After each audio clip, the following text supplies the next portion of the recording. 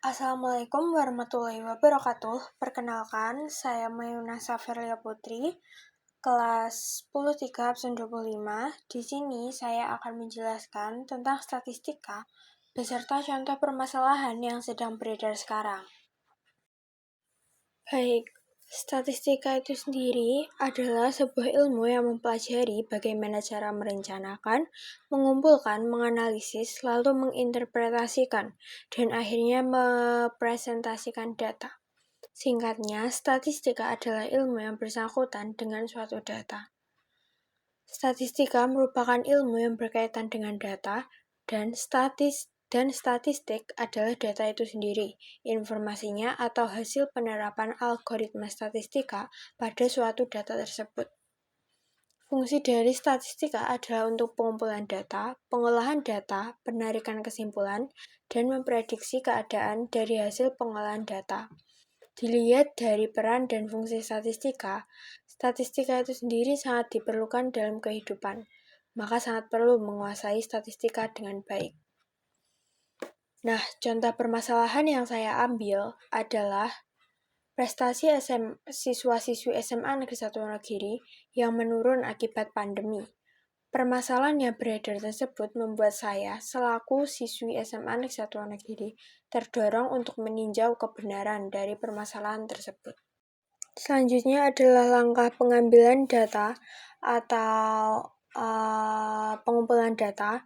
Ada beberapa teknik dari pengumpulan data, yaitu wawancara, angket, dan observasi. Langkah yang saya pilih untuk pengumpulan data kali ini menggunakan teknik angket.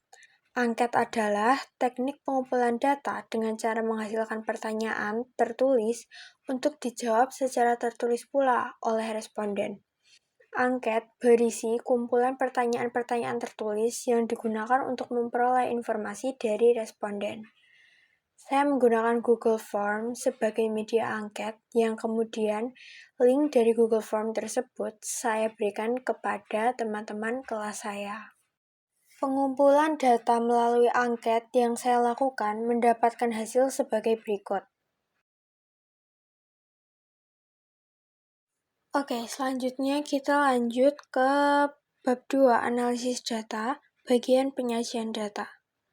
Hasil data yang saya dapatkan, kemudian saya mulai dengan mencari jangkauan dengan menggunakan rumus data tertinggi dikurangi data terendah, yang berarti 95 sebagai data tertinggi dan 40 sebagai data terendah, mendapatkan hasil 55.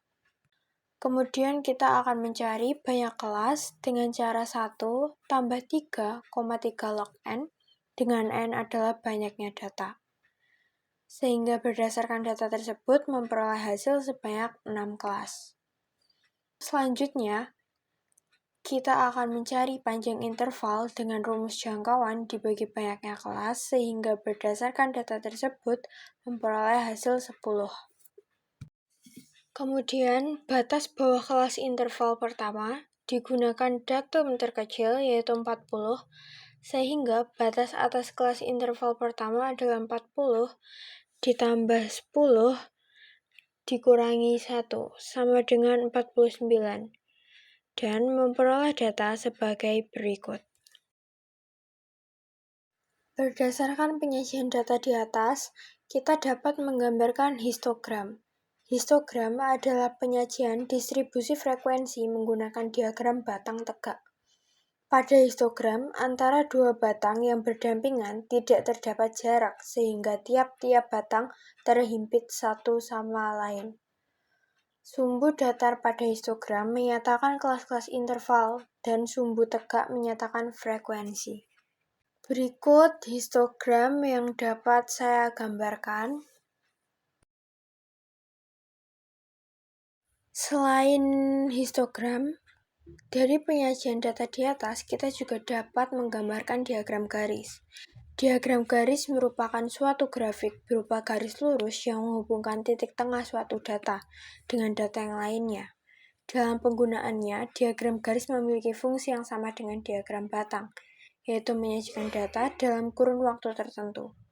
Sumbu mendatar dalam diagram garis menunjukkan waktu dan garis tegak menunjukkan nilai atau data yang diamati. Berikut diagram garis yang dapat saya gambarkan. Selain histogram dan diagram garis, kita juga dapat menggambarkan diagram lingkaran.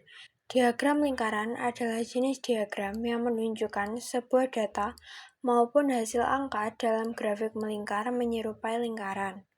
Dalam diagram lingkaran, terdapat beberapa irisan berisi variabel numerik dan variabel kategori yang merepresentasikan suatu data tertentu. Diagram lingkaran memerlukan presentase dan juga besar sudut.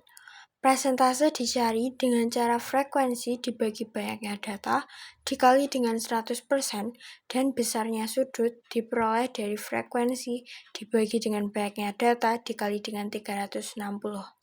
Sehingga kita mendapatkan hasil seperti berikut. Nah, dari presentase yang sudah kita cari sebelumnya, kita dapat menggambarkan diagram lingkaran sebagai berikut. Oke, selanjutnya kita akan menggambarkan ogive positif. Namun, sebelum menggambar ogive positif, kita perlu mencari frekuensi kumulatif kurang dari yang dapat diperoleh dari frekuensi pertama ditambah dengan frekuensi kedua. Kemudian, hasil jumlah dari frekuensi tersebut akan kita jumlahkan lagi dengan frekuensi berikutnya. Langkah tersebut kita ulang terus-menerus hingga frekuensi terakhir.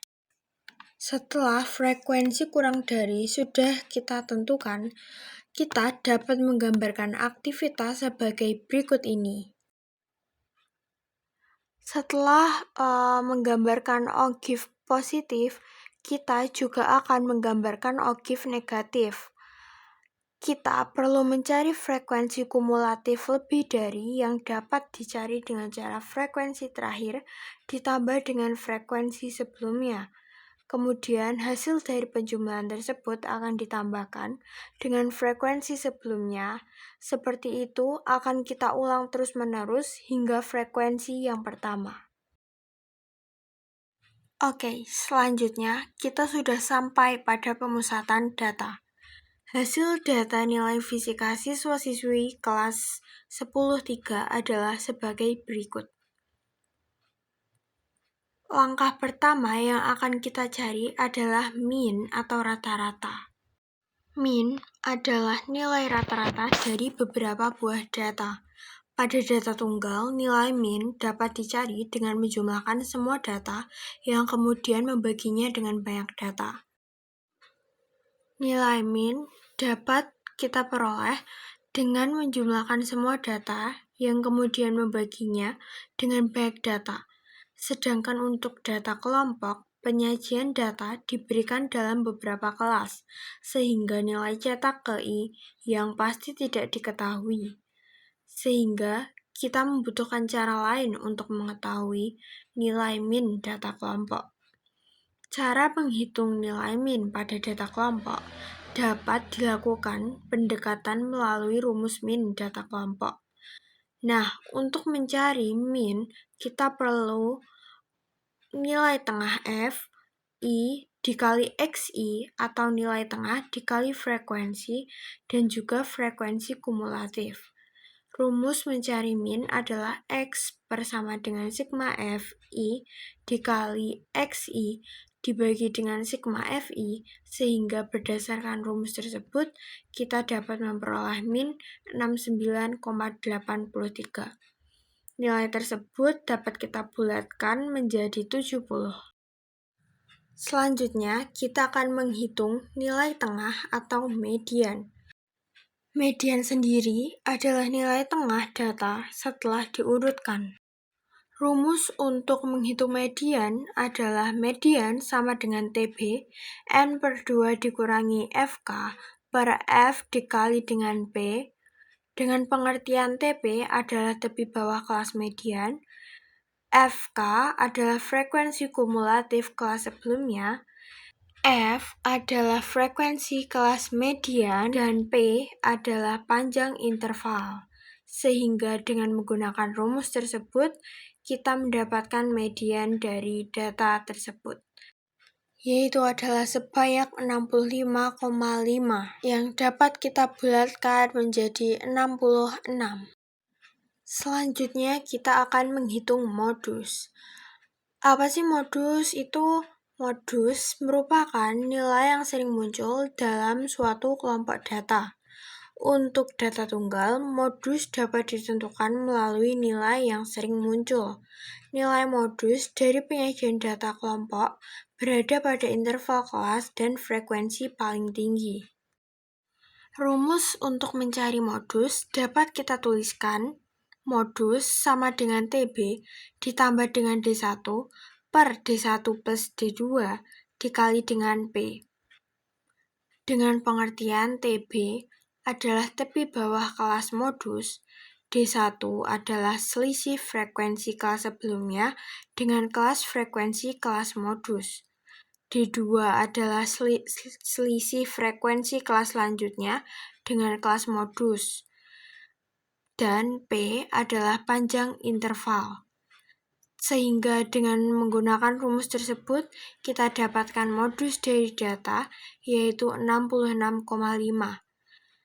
Dapat kita bulatkan menjadi 67. Selanjutnya adalah letak data.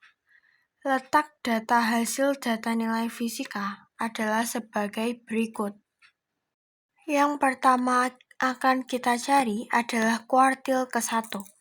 Kuartil adalah nilai yang membagi data menjadi 4 bagian yang sama banyak setelah data diurutkan dari data yang terkecil hingga terbesar. Kuartil terbagi menjadi 3 yang dapat dari suatu gugus daya, yaitu kuartil 1 atau Q1, kuartil 2 atau Q2, atau median, dan kuartil 3 adalah Q3. Rumus kuartil ke-1 adalah Q1 sama dengan TB ditambah dengan N per 4 dikurangi FK per F dikali dengan P. Dengan penjelasan, TB adalah tepi bawah kelas kuartil, FK adalah frekuensi kumulatif kelas sebelumnya, F adalah frekuensi kelas kuartil, dan P adalah panjang interval. Hingga dengan menggunakan rumus tersebut, saya mendapatkan kuartil ke-1 dari data tersebut dengan hasil adalah 58.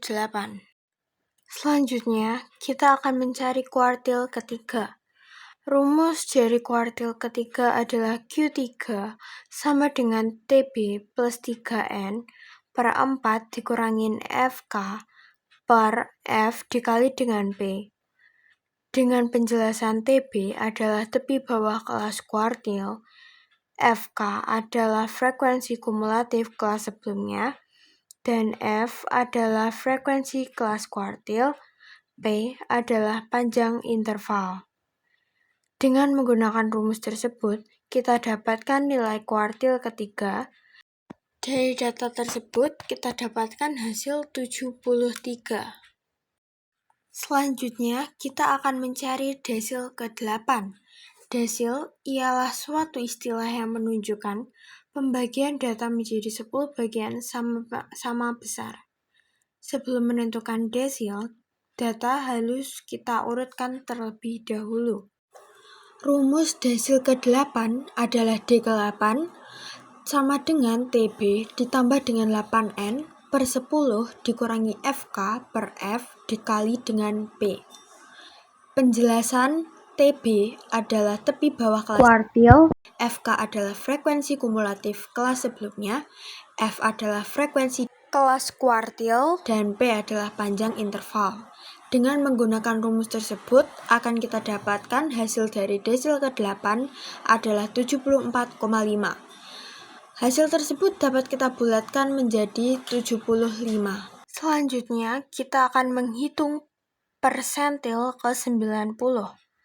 Persentil ke-90 berasal dari kata persentil, yaitu dari kata persen atau per 100 adalah suatu istilah dalam statistik yang menunjukkan pembagian data menjadi 100 bagian sama besar.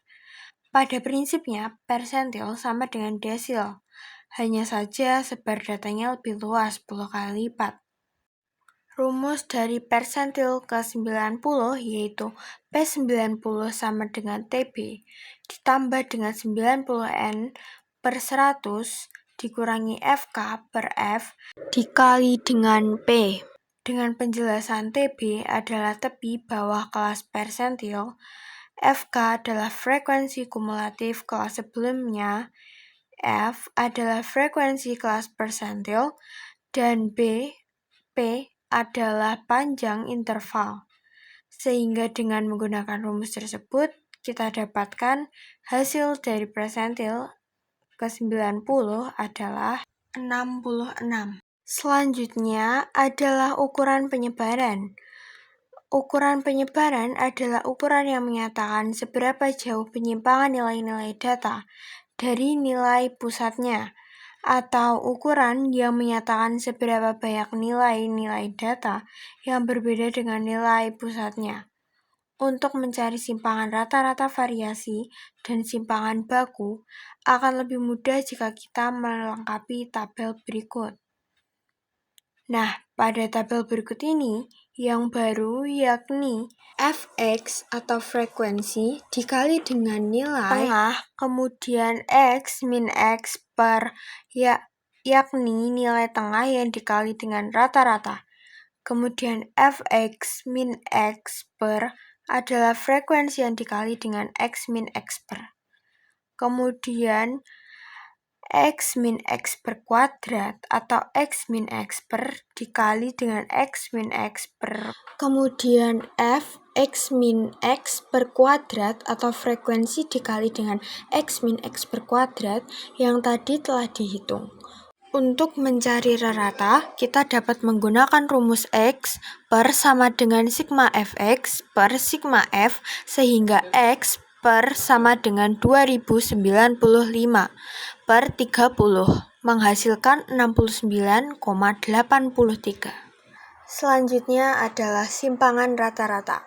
Simpangan rata-rata merupakan nilai rata-rata dari selisih setiap data dengan nilai min atau rataan hitungannya.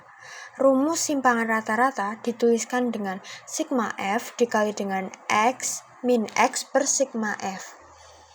Hasil simpangan rata-rata yang kita dapatkan dari rumus di atas adalah 11,7. Selanjutnya kita akan menghitung variansi. Variansi berasal dari bahasa Inggris yaitu variance atau ragam suatu perubahan acak atau distribusi probabilitas. Adalah sebuah ukuran seberapa jauh sebuah kumpulan bilangan tersebar. Varians yang rendah mengindikasi bahwa titik data condong sangat dekat dengan nilai rata dan antara satu sama lainnya.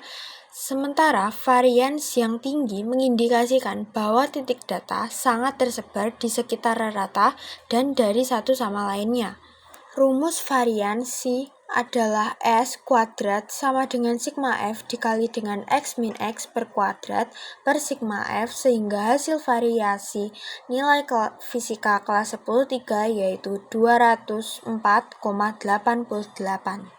Selanjutnya ialah simpangan baku. Apa sih itu simpangan baku? Simpangan baku ialah nilai statistik yang dimanfaatkan untuk menentukan bagaimana sebaran data dalam sampel, serta seberapa dekat titik data individu ke min atau rata-rata nilai sampel. Rumus dari simpangan baku itu sendiri adalah S sama dengan akar dari S kuadrat sama dengan akar dari sigma F dikali dengan X min X per kuadrat per sigma F. Kita dapatkan hasil simpangan baku kelas 10 3 dari rumus di atas, yaitu adalah 5,78. Sekian presentasi statistika yang telah saya paparkan. Semoga dapat bermanfaat dan semoga penjelasan yang saya berikan dapat dipahami. Terima kasih. Wassalamualaikum warahmatullahi wabarakatuh.